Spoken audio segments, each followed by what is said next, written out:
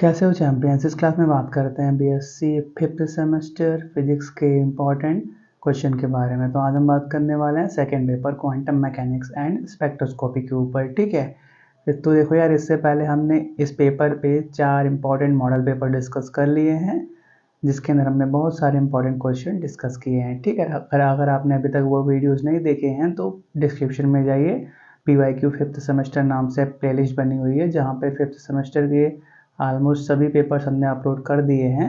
आप क्या करो, उसके अंदर जाओ, मॉडल पेपर 1, 2, 3, 4 के नाम से बना होगा क्वांटम मैकेनिक्स एंड स्पेक्ट्रोस्कोपी, उसको ऑब्जर्व कर सकते हो। इस क्लास को आप मॉडल पेपर 05 के नाम से जानोगे। तो चलिए स्टार्ट करते हैं। पहला question, so that if two Hermitian operators commute then their product is also Hermite. ठीक है, कि अगर कोई भी दो हर्मिशियन ऑपरेटर कम्यूट हो रहे हैं, मतलब अगर हम मान लेते हैं एक ए है एक बी है, कम्यूट का मतलब क्या, A B equal to B है, यही बात है ना। तो अगर कोई दो हर्मिशियन ऑपरेटर कम्यूट हो रहा है तो इनका प्रोडक्ट भी हर्मिशियन होगा, यही बात प्रूफ करना है। ठीक है, तो स्टार्ट कैसे करते हैं। Let A cap and B cap B two commuting Hermitian operator, that is A cap B cap equal to 0, that is A cap B cap minus B cap A cap. इसको open करना जानते हो ना, A B minus B equal to 0, मतलब क्या, उसको right में, इसको राइट में भेज देते हैं तो क्या हो जाएगा, A cap B cap equal to B cap A cap. इसको कोई क्वेश्चन नंबर 1 बना लो। अब क्या करते हैं, क्वेश्चन नंबर 1 के दोनों साइड कॉम्प्लेक्स कंजुगेट लेते हैं। कॉम्प्लेक्स कंजुगेट मतलब उसका अपोजिट पार्ट मान सकते हो। तो यहाँ पे ए कैप है, वहाँ पे ए कैप स्टार हो जाएगा, बी कैप स्टार, यहाँ पे B cap star, A cap star. इसको क्वेश्चन नंबर 2 बना दो। और क्या करते हैं, लेट मान लेते हैं φ1 φ2 कोई भी दो आइगन फंक्शन है, for A cap B cap B to be Hermitian it must satisfy the following condition.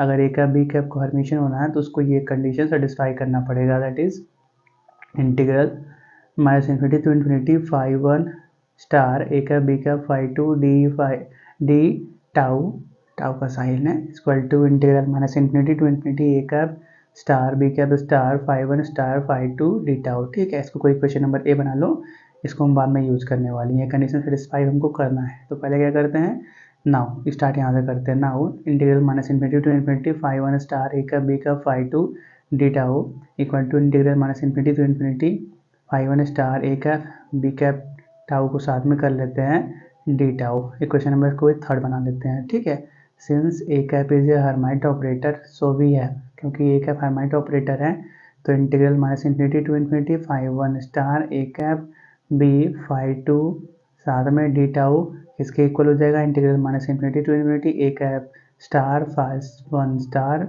B φ2 d tau के इक्वल हो जाएगा। इसको कोई क्वेश्चन नंबर 1 बना लो। अब इक्वेशन नंबर 3 और 4 को कंपेयर करो। लेफ्ट हैंड साइड इक्वल दिख रहा है, लेफ्ट हैंड साइड नहीं, इसका ये पार्ट इसका ये पार्ट इक्वल है, मतलब ये पार्ट इसके इक्वल होगा, तो वही हो गया हमारे पास minus infinity to infinity φ1 star A cap B cap φ2 d tau equal to integral minus infinity to infinity A cap star φ1 star B cap φ2 d tau. इसको कोई क्वेश्चन नंबर 5 बना लो। ठीक है, अब इसको और सिंप्लीफाई करेंगे तो ये इसके अंदर कन्वर्ट हो जाने वाला है, बस किया क्या, साथ में कर लिया। ठीक है, ये ऐसे ही चल रहा है। और यहाँ पर देखो, इस बार क्या किया, जो हमारे पास ए कैप और φ1 स्टार है इनको साथ में कर लिया और इनको अलग कर दिया। ठीक है, इसको कोई क्वेश्चन नंबर 6 बना दो। हम क्या बोलेंगे अब, since B is Hermitian so we can write integral minus infinity to infinity A cap star φ1 star B cap φ2 d tau equal to minus infinity to infinity B cap star A cap star φ1 star φ2 d tau. इसको कोई question number 8 बना लो। अब equation number 7 और 8 को compare करो। Equation number देखो 7 यहाँ पे 8 यहाँ पे, और क्या क्या देखो, ये पार्ट इसके इक्वल है, मतलब ये पार्ट इसके इक्वल होने वाला है, तो क्या मिल गया, वही मिल गया हमको, ये पार्ट इसके इक्वल मिल गया। अब इसको थोड़ा सा और सिंप्लीफाई करेंगे तो इसके अंदर कन्वर्ट हो जाने वाला है। यहाँ पे ए कैप स्टार φ1 स्टार साथ में था, इस बार क्या कर लिया, B cap star A cap को साथ में कर लिया। ठीक है, तो क्या हो गया, ये ओवरऑल इसके अंदर कन्वर्ट हो जाने वाला है। क्यों, क्योंकि हम क्या जानते हैं, A cap star B cap star equal to B cap star A cap star के कम्यूटेट है, हो रहे हैं, पहले ये बोल रखा है उसने।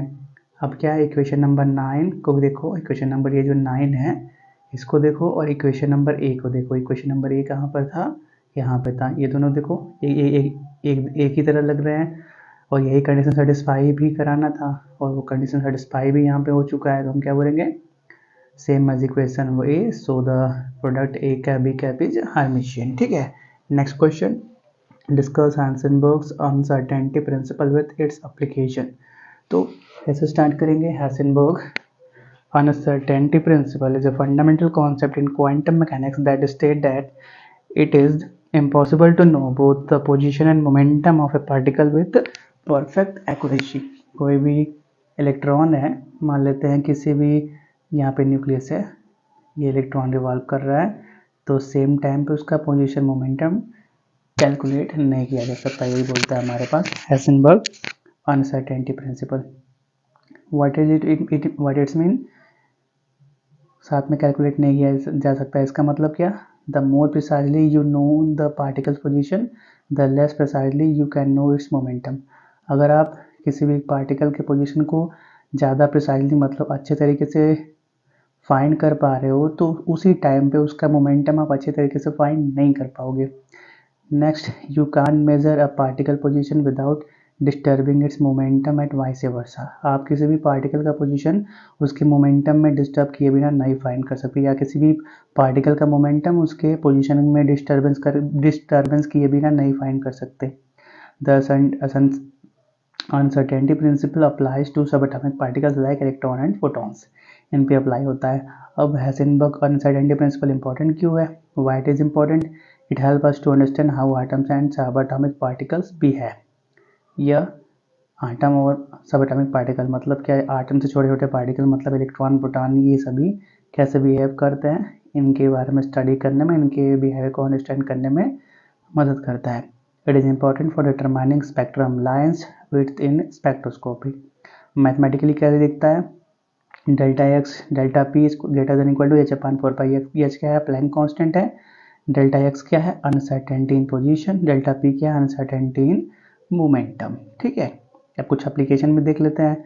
तो पहले क्वांटम मैकेनिक्स कैलकुलेशन के अंदर the principle is crucial for understanding the behaviour of atoms and subatomic particles in quantum mechanics where the wave-like nature of particles play a sufficient role. Next, electron microscopy. In electron microscopy, the act of illuminating an electron with a photon to visualize the position affect its momentum, limiting the resolution achievable. Next question, discuss the need of quantum mechanics. Quantum mechanics का जरूरत ही क्यों पड़ा? ठीक है, तो quantum mechanics is the branch of physics that explain the behaviour of matter at atomic and subatomic level. It is used to understand how molecule are form, how stars and the universe work and how electronic devices function. Simple सी बात है यार, star कैसे काम करते हैं, stars तारे कैसे वो इतने लंबे टाइम तक जिंदा रहते हैं, यूनिवर्स को स्टडी करने में कि यूनिवर्स कैसे काम करता है, कैसे यूनिवर्स बना, बिग बैंग थ्योरी, जितने भी कॉन्सेप्ट है यूनिवर्स के ऊपर, सभी को समझने के लिए क्वांटम मैकेनिक्स की ज़रूरत पड़ती है। और जितने भी इलेक्ट्रॉनिक डिवाइस है वो कैसे काम करते हैं, ये भी क्वांटम मैकेनिक्स की हेल्प से समझा जा सकता है। वाई इट इज़ इम्पॉर्टेंट भी देख लेते हैं। एक्सप्लेन हाउ मैटर बिहेव, बहुत सारे इंपॉर्टेंट होते हैं, लेकिन हम 2-3 ही देखने वाले हैं। Quantum mechanics explain how matter can exhibit both wave and particle like properties. This is called wave particle duality. Wave particle duality मतलब dual nature of matter quantum mechanics की हेल्प से ही समझा जा सकता है। Help us understand the universe. Quantum mechanics is the key part of big bang theory. Big bang theory क्या है? यूनिवर्स कैसे स्टार्ट हुआ, मतलब क्या, कैसे लाइफ का जन्म हुआ, कैसे प्लैनेट बने, कैसे सन बना, कैसे मून बना, उसके बारे में एक कॉन्सेप्ट है। वो क्या बोलता है कि एक छोटा सा पॉइंट था, एकाएक से उसी में विस्फोट हो गया, उसी से वही क्या हो गया, फैलता गया, उसी से स्टार बने, सन बने, मून बने, अर्थ बने, जुपिटर बने, सभी बने। ठीक है, तो बिग बैंग थ्योरी के अंदर क्वांटम मैकेनिक्स का बहुत ही बड़ा रोल है। ठीक है, बिना उसके वो काम ही नहीं करेगा, मतलब उसको समझा ही नहीं जा सकता। Explain how electronic devices work. Quantum mechanics explain how computers, radio, television and other electronic devices work. Next, help diagnosis diseases. Quantum mechanics is used in medical imaging technique like MRI, which helps doctor visualizing tissue inside the body. ठीक है, ये MRI जो काम करता है वो quantum mechanics के principal पे ही काम करता है। ठीक है, next, what do you mean by an operator? तो in physics an operator is a mathematical function that transform one function और state vector into another. Operators are used in classical mechanics and quantum mechanics. ठीक है, अब operators कैसे काम करता है, how do operators work? Operators are generalization of the idea of a function which turns one number into another. Operators are used to describe observables such as energy and momentum. Operators are used to study symmetry. Example भी देख लेते हैं, जैसे Hamiltonian operator, unitary operator, Hermitian operator. ठीक है, बहुत सारे हैं लेकिन 3 एग्जाम्पल लिए उतना काफ़ी है. Next, define energy and momentum operator. तो पहले एनर्जी ऑपरेटर देख लेते हैं. हमारे पास क्या है, फाई का वैल्यू है ए ई के power minus I upon H cut E T minus P X. इसको कोई क्वेश्चन नंबर 1 बना लो. अब इक्वेशन नंबर 1 को या टी के रिस्पेक्ट में पार्शली पहले डिफरेंशिएट कर दो तो क्या मिलेगा, day five by day T. Left में राइट में ये तो कांस्टेंट है, ई के पावर समथिंग का डिफरेंशिएट, ई के पावर समथिंग, फिर समथिंग को डिफरेंशिएट करेंगे टी के रिस्पेक्ट में तो माइनस आई अपान टी तो बाहर ही मिल जाएगा. ई टी का क्या हो जाएगा, ई हो जाएगा क्योंकि टी के रिस्पेक्ट में कर रहे हैं, पी एक्स का 0 हो जाने वाला है तो ये मिल गया. अब ये देखो, ये पूरा कितने के बराबर है, फाई के बराबर. तो क्या यूज कर सकते हैं, फाई यूज कर सकते हैं. यूजिंग इक्वेशन 1 डे फाई, यहाँ पे फाई रहेगा, अपान डे टी कितने के बराबर हो गया, फाई इंटू आई अपान एच कट इंटू ई के बराबर. बस इसी को क्रॉस मल्टीप्लाई करके सिंप्लीफाई कर दो. Day five upon day T, नीचे यहाँ पर एच कट वाला अगर मल्टीप्लाई कर दिया इक्वल टू ये आ गया. क्यों, क्योंकि आई स्क्वायर का वैल्यू हम जानते हैं कितने के बराबर होता है, 1 के बराबर होता है. ठीक है, तो हम क्या करेंगे, आई स्क्वायर का वैल्यू 1 के बराबर, सॉरी -1 लिख दिया गलती से. आई स्क्वायर का वैल्यू -1 होता है कि +1 होता है, आई स्क्वायर का वैल्यू -1 ही होता है क्योंकि आई का वैल्यू क्या होता है, अंडर रूट -1 होता है ना. स्क्वायर करेंगे तो माइनस तो रहेगा ही. ठीक है, चलो आई स्क्वायर का वैल्यू -1 होता है लेकिन यहाँ पर सिर्फ हमारे पास आई है तो दोनों साइड क्या करते हैं, आई से मल्टीप्लाई कर देते हैं. तो यहाँ पे एक आई आ जाएगा, यहाँ पे आई और आई स्क्वायर हो जाने वाले हैं. आई स्क्वायर का वैल्यू -1 और एक माइनस ये पहले से ही है तो माइनस माइनस क्या हो जाएगा, प्लस हो जाएगा. अब इसी को क्या कर दो, सिंप्लीफाई कर दो. ये जो मिल गया d phi upon d T H cut I equal to E phi, यही क्या है हमारे पास, एनर्जी ऑपरेटर. ठीक है, ई फाई का value d phi upon d T H cut I. Next momentum operator, तो स्टार्ट वहीं से करेंगे. फाई का वैल्यू ए ई के power minus I upon H cut E T minus P X है. अब क्या करते हैं, इसको एक्स के रिस्पेक्ट में पार्शियली डिफरेंशिएट करते हैं तो ये तो मिलने ही वाला है. इस बार एक्स के रिस्पेक्ट में कर रहे हैं तो क्या होने वाला है, minus I upon H cut, एक second, minus I upon H cut मिलेगा. अंदर डिफरेंशिएट करेंगे, यहाँ पे ई टी है वो 0 होने वाला है, माइनस एक्स के रिस्पेक्ट में इसको डिफरेंशिएट करोगे तो पी मिलने वाला है. एक्स के रिस्पेक्ट में 1, पी कांस्टेंट, तो माइनस माइनस कैंसिल हो गया तो इसीलिए यहाँ पे इस बार माइनस नहीं दिख रहा है. ठीक है, अब इसको फिर से फाई के बराबर लिख लिए, ये आ गया इतने के बराबर. अब क्या करो, बस उसको सिंप्लीफाई कर दो. D phi by del x equal to i by h cut p phi. तो इसको यहाँ मल्टीप्लाई कर दो, इसको यहाँ मल्टीप्लाई कर दो तो पी फाई का value d phi by del X H cut by I आ गया. यही क्या है हमारे पास, रिक्वायर्ड मोमेंटम ऑपरेटर है. ठीक है, नेक्स्ट क्या करते हैं, what do you mean by normalisation of eigenfunction. ठीक है, तो normalisation of an eigenfunction means scaling an eigenfunction by a constant factor so that the integral of its square over the entire domain is equal to 1, essentially ensuring that the total probability of finding a particle described by that eigenfunction is 1, which is a fundamental requirement in quantum mechanics. That is, this process is achieved by dividing the eigenfunction by its norm. Next, explain the characteristic X-ray in emission. The characteristic X-ray are the type of X-ray emission that occurs when a electron from outer shell of an atom fills a vacancy in the inner shell, releasing a photon with a specific energy that is unique to the element, resulting in a discrete line spectrum rather than a continuous one. Essentially, each element emits X-ray at specific wavelength depending on its electron shell structure, making it a useful tool for elemental analysis. ठीक है, next differentiate between atomic spectra and molecular spectra. ठीक है, तो पहले क्या बात करते हैं एटॉमिक स्पेक्ट्रा के बारे में. तो atomic spectra are the unique colours of light that atoms emit और absorb when the electrons jump between energy levels. अब मॉलिक्यूलर स्ट्रक्चर स्पेक्ट्रा क्या है? Molecular spectra are the specific pattern of light absorption और emission by molecules showing their internal energy stable states and movement. Next, associated within the electrons moving between energy levels.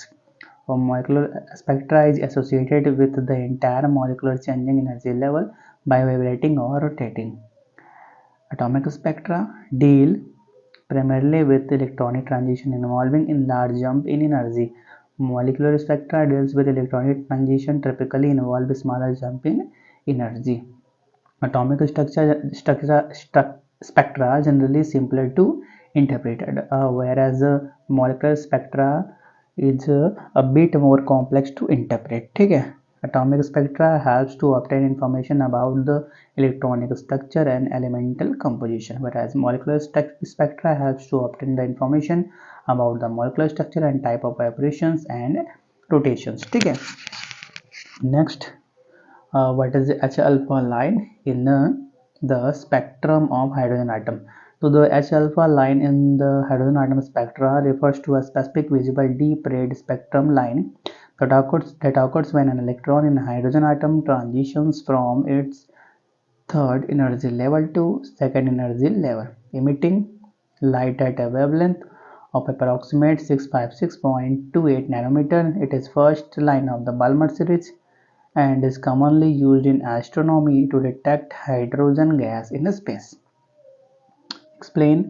Next question, explain rotational vibrational spectra of a molecule. A rotational vibrational spectrum of a molecule arises when both the rotational and vibrational energy level of a molecule changes simultaneously, resulting in a complex pattern of absorption or emission lines that reveal detailed information about the molecule's structure and bond strength. Essentially, it shows the fine structure of a vibrational transition due to accompanying rotational transitions occurring at the same time observed in the infrared region of the electromagnetic spectrum. ठीक है, तो इसी के साथ ये paper भी हमारा पूरा होता है. आप इनको ऑब्जर्व कर लो और बाकी जो 4 हमने मॉडल पेपर दिए उनको ऑब्जर्व कर लो. आपके एग्जाम बहुत अच्छे जाएंगे. हम इस क्लास को यहीं पर रोकते हैं. तब तक के लिए thanks for watching. Have a nice day and best of luck for your examinations. ठीक है.